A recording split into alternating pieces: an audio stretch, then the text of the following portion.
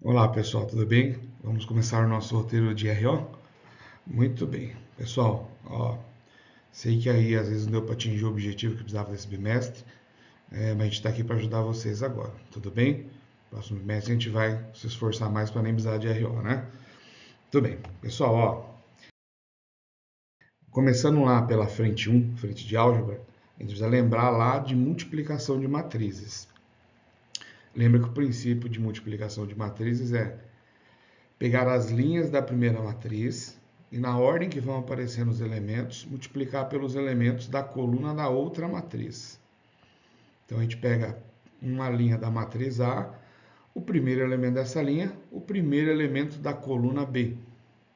E a gente vai multiplicando eles e somando todos esses caras para encontrar um elemento dessa nova matriz resultante que a gente está chamando de C.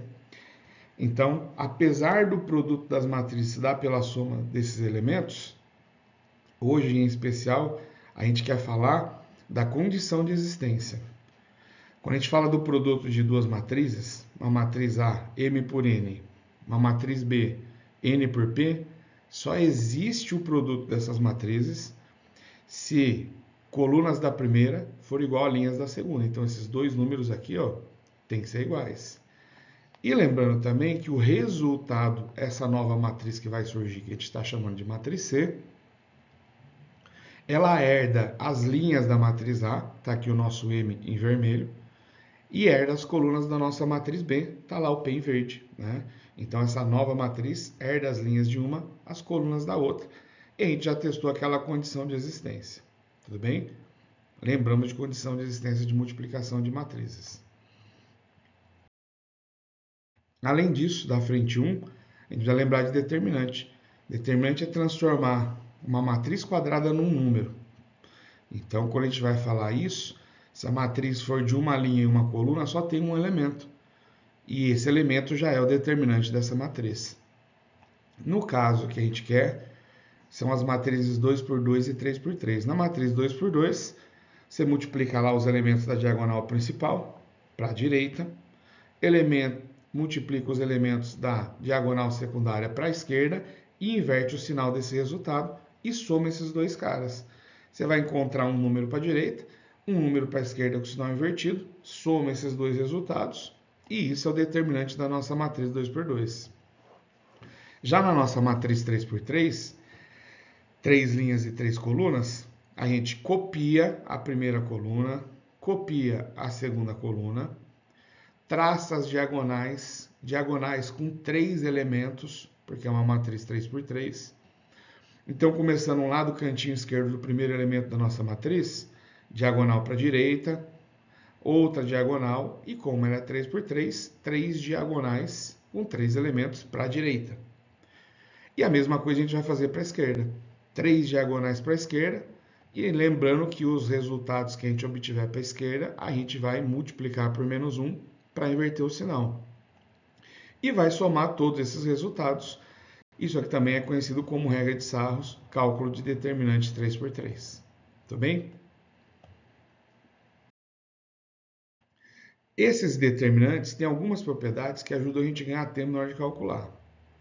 São elas as propriedades que garantem que o determinante é nulo, são essas 4 propriedades: fila nula, fila paralela igual, fila proporcional e fila combinação linear. A gente vai mostrar de cada uma delas. Tem outras propriedades que não alteram e que alteram o determinante, tudo bem? Hoje quero focar naquelas que o determinante vai ser zero, o resultado vai ser nulo. Então aqui os 4 casos que o determinante dá zero. Quando eu tenho fila nula, ou seja, uma matriz com uma linha ou coluna de zeros, sim, porque quando a gente fala em fila, isso serve tanto para a linha como para a coluna. Filas paralelas iguais, ou seja, se você tiver duas linhas iguais ou duas colunas iguais, o determinante também vai dar zero. Se você tiver filas paralelas proporcionais, ou seja, como no exemplo, olha aí que a quarta linha é o triplo da segunda. Ser o dobro, ser o triplo, ser o quádruplo é ser proporcional a uma outra. E aí o determinante também vai ser nulo. E das que a gente mais gosta, que é a fila combinação linear. Olha que nesse caso, às vezes é difícil encontrar essa combinação, às vezes é muito fácil. Tenta o mais simples primeiro para encontrar essa combinação. Nesse caso, note que a quarta coluna que está destacada aqui em vermelho, ela é a soma das três primeiras. Então, quando eu olho para a primeira linha, somo 1, menos 3 e menos 1, eu encontro menos 3. Segunda linha, 2 somado com menos 1, somado com 3, dá 4. E assim por diante. Então, se isso valer na matriz inteira, se toda a minha quarta coluna, por exemplo, for a soma das três primeiras, existe uma combinação linear e esse determinante dá zero. Chico, precisa somar todas? Não, pode ser só duas. Pode ser linha? Pode ser linha. Posso multiplicar antes de somar? Pode multiplicar antes de somar. Então, existem várias combinações possíveis de serem encontradas. Vamos olhar um exemplo de cada uma dessas coisas que a gente falou antes de a gente continuar? Tá aqui, ó. Exemplo de multiplicação de matrizes. O que a gente quer lembrar é da condição de existência, coluna da primeira igual a linha da segunda, a matriz resultante herda linhas de A, herda as colunas de B. Qual o valor de N no produto matriz A vezes B, a matriz A 3 por 2, a matriz B N por 3, sabendo que a matriz resultante é uma matriz 3 por 3. Então ele não está querendo quem é a matriz C, ele já está informando que ela existe, e inclusive qual é a ordem dessa matriz resultante. Olhando para a condição de existência, está aqui o númerozinho em azul, colunas de A igual linhas de B. Então 2 tem que ser igual a N. E é simplesmente comparar esses caras e aplicar a condição de existência. Mesma coisa no item B. Qual o valor de P no produto A por B? Uma matriz A 4 por 3, uma matriz B 3 por 2, 4 por 3, 3 por 2, uma matriz C 4 por P. Opa, condição de existência está acontecendo já, Chico. 3 e 3 é igual. Ok. Só que você também precisa lembrar que linhas de A aqui em vermelho são as linhas de C e que as colunas de B aqui em verde, esse 2, também tem que ser a coluna da matriz C. Ou seja, o nosso P tem que valer 2. Tudo bem? Vamos olhar lá, determinante. Está aqui um caso de determinante 2 por 2. Ó. E no caso, tem dois determinantes 2 por 2. Quando a gente tem uma matriz dentro de colchetes ou parênteses, a gente chama essa matriz de A e a gente aplica lá aquelas multiplicação das diagonais e chama o resultado disso de det de A, determinante de A. Nesse caso, a gente nem precisou escrever determinante. Subentende-se que quando usa essa barrinha simples, que não é um colchete, já está dando o comando para calcular esse determinante. Então, quando tem essas duas barrinhas aqui, não precisa escrever calcule o determinante. Colocar essa barrinha já é mandar você fazer isso. Então, na verdade, como tem esses dois lados da equação, ele quer que eu calcule essas duas coisas antes. O determinante disso aqui, ó. Diagonal para a direita, 2 vezes 5. Diagonal para a esquerda, 5 vezes x, inverte o sinal, menos 5x. Essa outra aqui, ó, que também a gente precisa calcular o determinante, diagonal para a direita, x vezes x. Diagonal para a esquerda, 1 vezes 4, inverte o sinal, soma todo mundo, x vezes x, x ao quadrado. E aí ele ainda quer que eu pegue esses dois resultados, ó, e iguale. Monte uma equação. Quando a gente iguala essas duas coisas, ou seja, iguala esses dois resultados, 10 menos 5x tem que ser igual a x quadrado menos 4, a gente acaba caindo numa equação de segundo grau.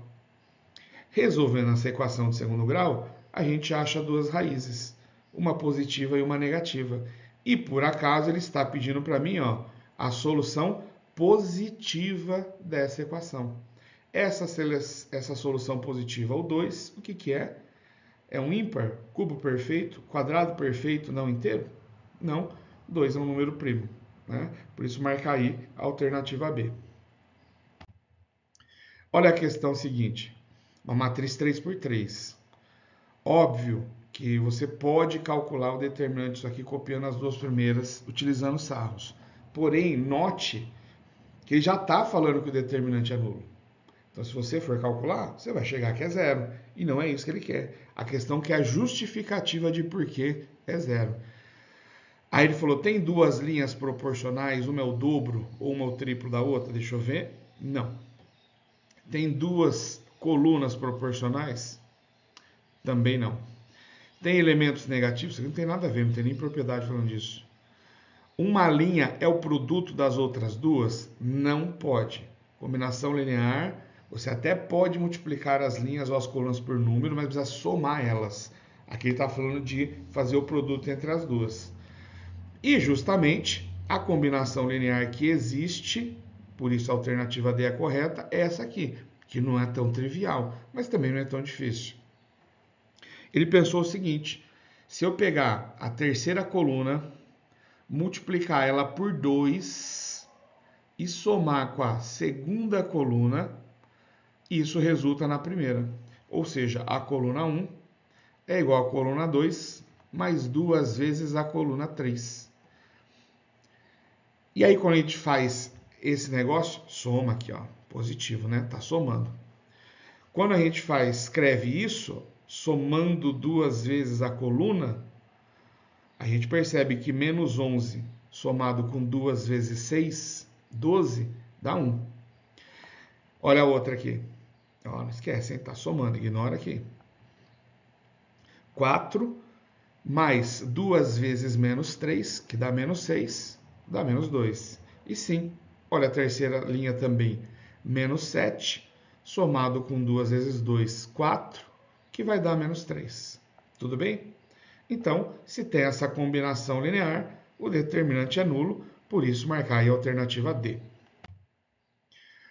Vamos falar de geometria? Primeira coisa muito importante, já sabe, há tempo desde fundamental, soma dos ângulos internos de um triângulo sempre 180 graus. Se a gente traçar uma reta paralela aqui nesse vértice, a gente tem a regra do Z, a gente pode falar que B e esse ângulo aqui em cima, que eu não sei quem é, são alternos internos, então eles têm a mesma medida, ó. B e B têm o mesmo valor, e a mesma coisa aqui. Esse ângulo C e esse ângulo aqui em cima também são alternos internos, regra do Z, esses ângulos têm a mesma medida. Se esses ângulos têm a mesma medida, olha lá em cima, A mais B mais C, forma lá aquela meia volta, os 180 graus. Por isso eles são suplementares. E como esses ângulos são iguais, eu posso falar que a soma dos ângulos A mais B mais C, 180 graus. Ainda quando a gente está falando de triângulos, uma das coisas que eu posso escrever também é olhando para esse ângulo externo da figura. E falando desse ângulo externo, a gente sabe que A mais alfa também são suplementares, formam 180 graus.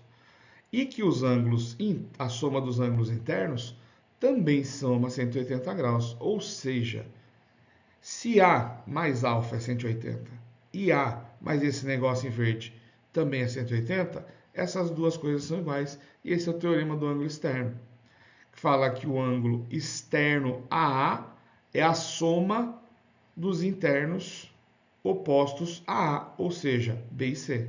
Então, eu posso escrever que alfa é igual a B mais C, teorema do ângulo externo. Vamos ver algumas questões disso? Primeiro de tudo, use o seu conhecimento básico de geometria, né? Quando a gente está olhando para esses ângulos aqui, por exemplo, nesse cantinho aqui, esse 50 graus, ele está dando esse ângulo de fora, que é o prolongamento dessas retas, mas dentro a gente tem o mesmo valor de ângulo, né? São ângulos congruentes porque são opostos pelo vértice. A mesma coisa aqui em cima. O ângulo do prolongamento e esse interno ao triângulo são ângulos congruentes porque são opostos pelo vértice. Já aqui na esquerda, 120 graus e esse ângulo interno que está adjacente a ele formam também o ângulo de 180 graus, ou seja, são suplementares. Por isso, esse cara tem que valer 60 graus. E a gente também sabe que quando a gente olha para x, 60 graus e 50 graus, somados, eles têm que dar 180, porque são os ângulos internos de um triângulo. 60 com 50, 110. Manda para a direita, 180 menos 110. Olha outro exemplo aqui. Também, aqui no canto direito, ângulos opostos pelo vértice. Lá em cima, ângulo oposto pelo vértice. E nesse caso, também, ângulo oposto pelo vértice. E aí, quando eu olho para os três ângulos dentro do triângulo, x mais 50 mais 100 tem que dar 180 graus, ou seja, o nosso x mede 30 graus. Vamos falar de polígonos. Não se esqueça que a gente classifica os polígonos quanto à quantidade de lados, mas não necessariamente. Porque se eu tenho um polígono de 9 lados, ele também tem 9 vértices, 9 ângulos internos, 9 ângulos externos. Então, assim, todas as fórmulas que a gente escreve para polígonos, a gente fala desse n. Mas esse n pode ser tanto número de lado, como vértice, ângulo interno, ângulo externo, já que essas quatro coisas são iguais. Polígono com 6 lados tem 6 ângulos internos, 6 ângulos externos e 6 vértices. Então, todas as formas que a gente vai apresentar a seguir são em função desse número de lados. Número de diagonais, n vezes n menos 3 sobre 2. Soma dos ângulos internos, n menos 2 vezes 180 graus. Soma dos externos é um valor fixo, sempre vai dar 360 graus. Lembrando que o ângulo interno e o ângulo externo sempre são suplementares, formam 180 graus. E se você fizer a soma de todos os internos e dividir por quantos ângulos são, número de lados ou número de vértices, ângulos, a mesma coisa, por isso que a gente está falando, você acha quanto vale cada um. Isso no caso do polígono regular, onde todos os ângulos e todos os lados têm a mesma medida. A mesma coisa a gente poderia fazer para o externo. Se eu já sei a quanto é que dá a soma de todos, se eu dividir pela quantidade que eu tenho, eu acho quanto vai valer cada um. Vamos para os exemplos. É muito importante a gente lembrar dos nomes dos nossos polígonos, né? Porque normalmente ele vem nomeando eles e não necessariamente dizendo quantos lados ele tem. Por exemplo, aqui, calcule o número de diagonais de um eneágono. E por isso está ali a tabelinha do lado para você olhar e saber o nome de cada um. Bom anotar essa tabelinha depois. Porque, no final das contas, é só trocar o valor desse n. Como ele está falando de um eneágono, é alguém que tem 9 lados. Ou seja, o nosso n vale 9. Substituindo o nosso 9, 9 vezes 9 menos 3, 9 vezes 6, dividido por 2, 27. E aí a gente já achou o número de diagonais. Olha que simples, né? Já quando a gente tem a soma dos ângulos internos, é a mesma coisa. É só trocar o valor do nosso n. Só que agora presta atenção no nome desse cara. Epitágono, que tem 7 lados. A gente só precisa trocar o nosso n por 7. Trocou o nosso n por 7, 5 vezes 180, 900 graus, marcou. E olha que simples, abraço, né? Bom demais quando é assim. Mais um exercício aqui de polígonos. Qual a medida do ângulo interno de um hexágono regular? Então, todos os ângulos têm a mesma medida. Como a gente já sabe que um hexágono tem 6 lados, a gente vai só trocar o nosso n por 6. 4 vezes 180, 720 graus. Essa é a soma de todos os ângulos internos. E se eu pegar essa soma e dividir por quantos são, e é hexágono, tem 6 lados e 6 ângulos. Se eu dividir os 720 por 6, eu vou achar o valor de cada um, ou seja, cada ângulo interno tem 120 graus. Muito bem? Geometria analítica. Vamos lá para frente 3. Falar de ponto médio. O ponto médio, na verdade, vem de você fazer a média dos pontos aos quais está se referindo. Se você pegar aqui o ponto A e o ponto B, você sabe que esse ponto A está a uma mesma altura de um ponto C aqui que a gente forçou a barra que não existia. A gente só vai falar do ponto A e do ponto B.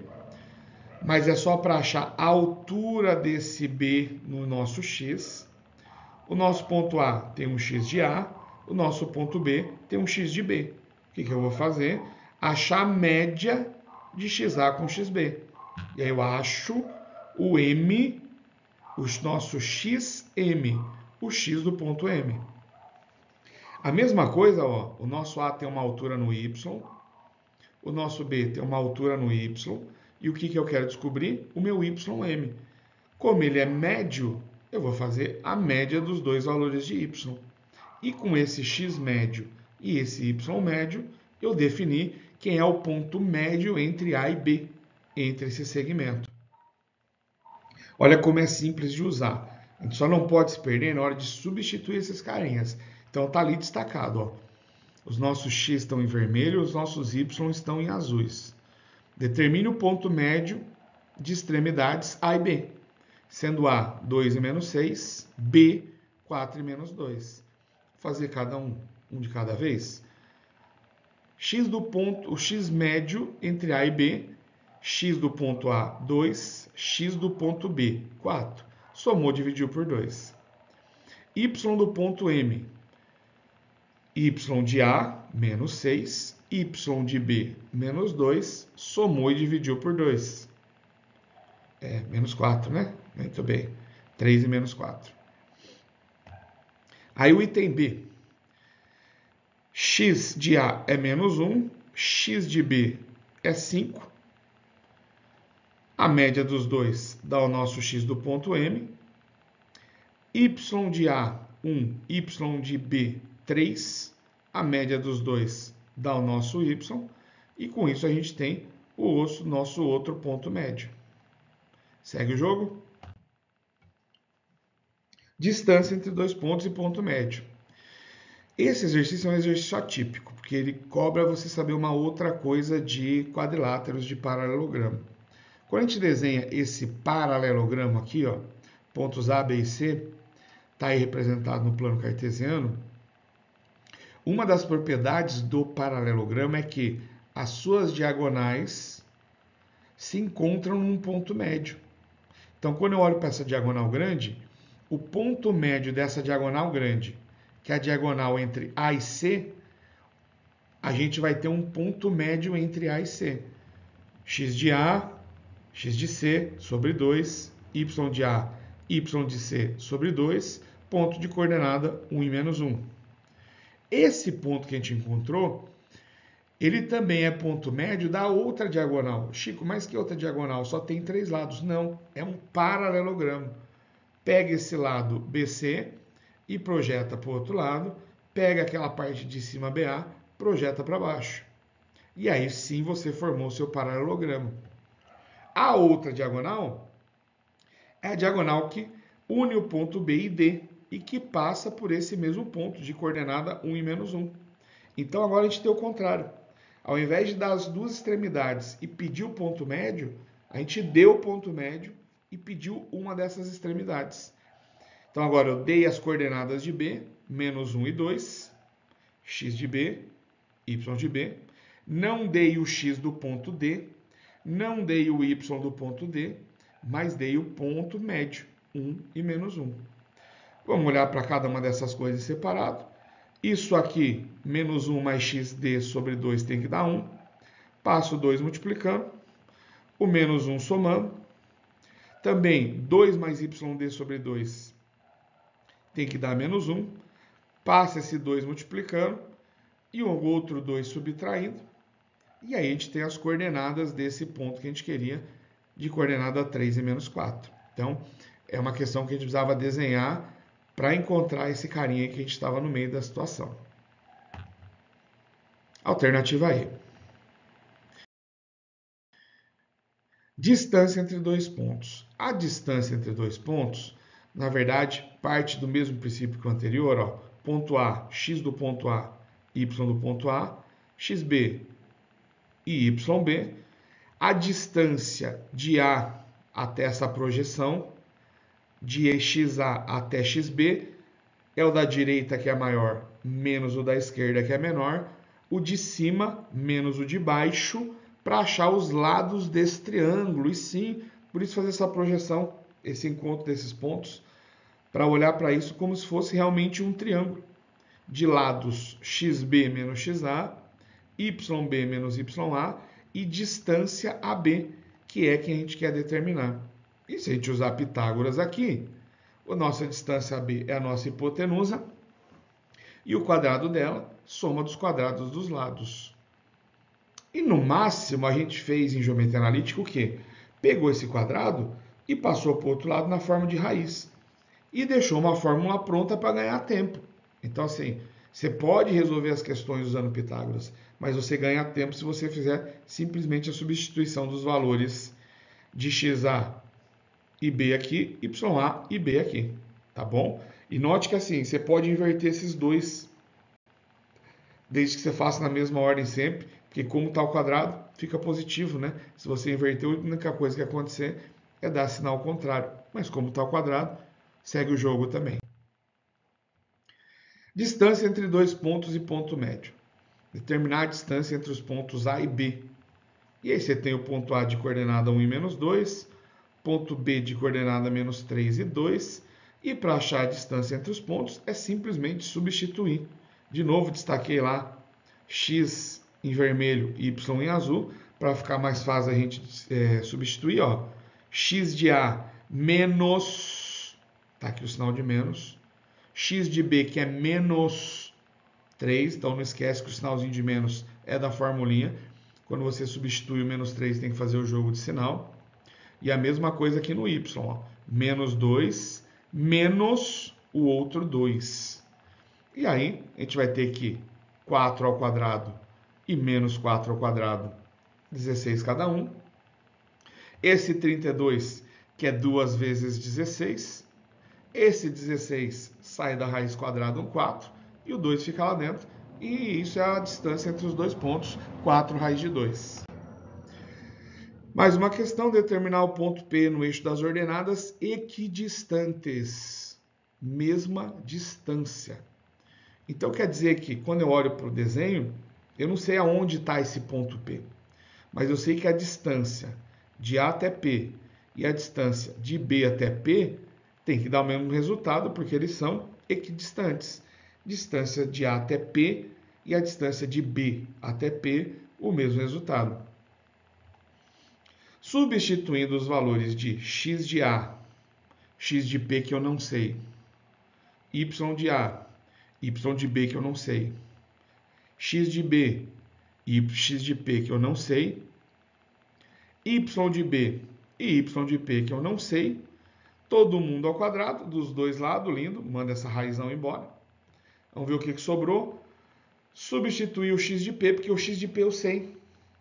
A gente sabe que esse ponto, no eixo x, quando eu olho aqui embaixo, está na reta do zero. O que eu não sei é em que altura y ele está. Pelo desenho, até consigo saber que é um número entre 5 e 6, se eu desenhei isso bonitinho. Mas não sei que número. Então, na verdade, quem falta descobrir é só o YP. Né? Ele virou a minha letra, a minha incógnita na questão. Não se esqueça, 1 ao quadrado é 1, e 2 menos y, isso ao quadrado, quadrado do primeiro, menos 2 vezes o primeiro pelo segundo, quadrado do segundo, 2 ao quadrado, 2 vezes 2 vezes menos y, menos y ao quadrado. 9, aqui é a mesma coisa, 8 ao quadrado, menos 2 vezes 8, yp ao quadrado. E que bom, né? Yp quadrado de um lado e do outro, para ter menos trabalho. Yp de um lado, quem não tem yp do outro. 12yp igual a 68. Nosso yp, 68 dividido por 12. Ou simplificando todo mundo por 4, deixando na fração redutível. 17 sobre 3. E esse é aquele valor que a gente tem lá. Então a gente não ia conseguir achar esse valor. É um número com dízima periódica, né? Infinitas casas. A gente não ia como achar isso no desenho. Precisava dar conta para encontrar esse cara. Ponto P de coordenada 0 para x. 17 terços para o nosso y. Muito bem? Mais uma aqui, ó. Em relação ao sistema cartesiano ortogonal, com os eixos graduados em quilômetro, uma lancha sai do ponto, menos 6 e 4, navega 7 para o leste, para cá, para a direita, 6 para o norte, sobe até esse ponto, 3 para o oeste, anda para cá, Saiu do 1, andou 3 para a esquerda, veio para o menos 2, chegou no porto 1. Aí ele fala que ele continua. Sobe 3 e anda para a direita depois 4 para o leste. Chegando no porto 2, ele quer saber a distância entre o porto 1 e o porto 2. Então antes a gente precisava descobrir que o porto 1 tem coordenada menos 2 e 2 e que o porto 2 tem coordenada 2 e 5. E aí agora a gente quer a distância entre P1 e P2. Substituindo x de P1, x de P2, y de P1 e y de P2, a gente acha a distância entre os portos 1 e 2, que dá 5. Tudo bem? Pessoal, desejo aí para vocês uma boa prova de RO e que no próximo bimestre você consiga melhorar seu rendimento. Não precisa da RO, mas precisando estaremos sempre aqui para auxiliá-los. Um abraço para todos, bom estudo.